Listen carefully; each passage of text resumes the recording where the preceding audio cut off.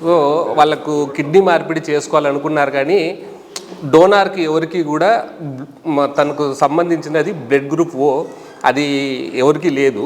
So వాళ్ళ భార్య గారు నీలమ్మ గారు ముందుకు వచ్చారు. బట్ తన బ్లడ్ గ్రూప్ ఏ అంటే బ్లడ్ గ్రూప్ మ్యాచ్ కాదు.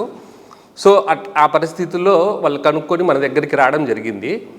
సో ఇట్లాంటి బ్లడ్ గ్రూప్ మ్యాచ్ కానీ ట్రాన్స్ప్లాంట్లు 8 ఏళ్ల క్రితము మనమే నెల్లూరు, ఒంగోలు, రాయలసీమ ఈ 6 జిల్లాల్లో మొట్టమొదటి ట్రాన్స్ప్లాంట్ అటువంటిది చేయడం జరిగింది. సో దాని తర్వాత జరుగుతూనే ఉన్నాయి.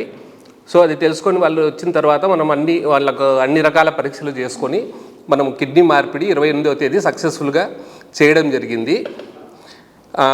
ఈ విధంగా దీంట్లో మనం చెప్పొచ్చేది ఏంటంటే సో మెడికవర్ ఇప్పుడు కిడ్నీ ట్రాన్స్ప్లాంటేషన్ కోసం హబ్గా మారింది. సో బ్లడ్ గ్రూప్ మ్యాచ్ అయినా మ్యాచ్ కాకపోయినా కూడా మనము కిడ్నీ మార్పిడి చేయగలిగిన టెక్నాలజీ వసతులు అన్నీ మనకు మెడికవర్లో అందుబాటులో ఉన్నాయి. మనకు నెల్లూరు జిల్లానే కాకుండా ఒంగోలు, కడప, చిత్తూరు ఈ జిల్లాల నుంచి కూడా మన దగ్గరికి ఇట్లా కిడ్నీ మార్పిడి కోసం చాలామంది కన్సల్ట్ అవుతూ ఉంటారు. సో ఈ అవకాశాన్ని వినియోగించుకోండి.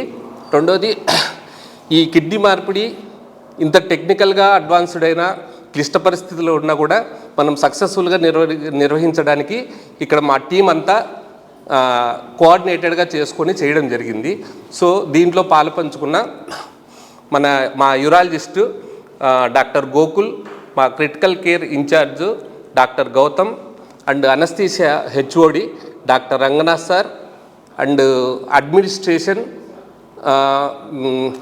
Doctor Padmaja madam and Ranjith Reddy sir and Lavanya madam వీళ్ళందరూ సహకరించడం జరిగింది. డాక్టర్ విజయ్ కుమార్ సార్ కూడా మాకు ప్రోత్సహించారు. సో దీనివల్ల మేమందరం సక్సెస్ఫుల్గా చేయడం జరిగింది.